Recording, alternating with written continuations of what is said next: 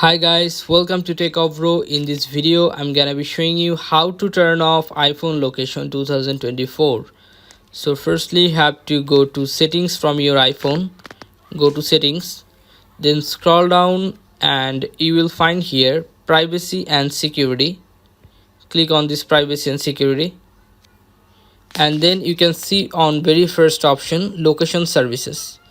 Just click on this location services and you can see the location services which is turned on.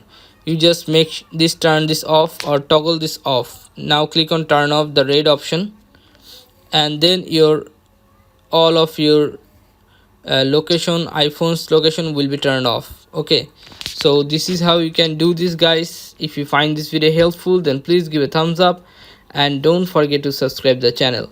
Thank you so much for watching the video.